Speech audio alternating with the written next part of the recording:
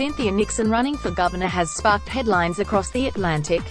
The Sex and the City star shared a video on Twitter announcing that she would be attempting to make the great as New York governor, which in 24 hours alone has accrued 1 million hits. Although LGBT groups appear to be divided over supporting Nixon rather than incumbent Democratic Governor Andrew Cuomo, the world has received the news with a lot of fist bumping. I love New York, and today I'm announcing my candidacy for governor. Join us, https://t.co/9dwsxww8xxpic.twitter.com/kite6gz. Cynthia Nixon. It's Cynthia Nixon, March 19, 2018. But another topic has come to light since the announcement. How does Nixon define her sexuality?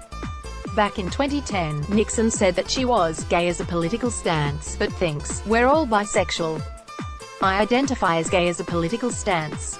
If anybody, prior to my meeting and falling in love with Christine, had asked me about what I think about sexuality, I would have said I think we're all bisexual, she said in an interview with The Advocate. But I had that point of view without ever having felt attracted to a woman.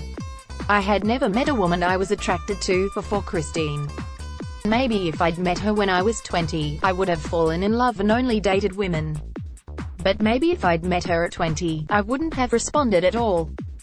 Who knows? Although Cynthia is proudly married to her wife Christine, it appears that her definition of her sexuality is pretty fluid.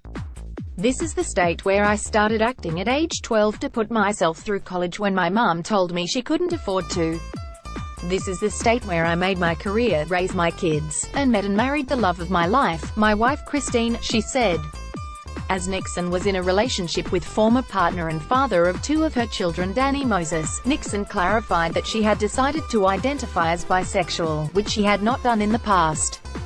"I didn't really identify as bisexual," she said, "but people were so insistent that I pick a, you know, it caused a huge controversy and everyone wanted to graft onto me this narrative, that I felt that I had just simply been mistaken about myself for all these years and finally the veil was lifted and I was a lesbian. And that was not true."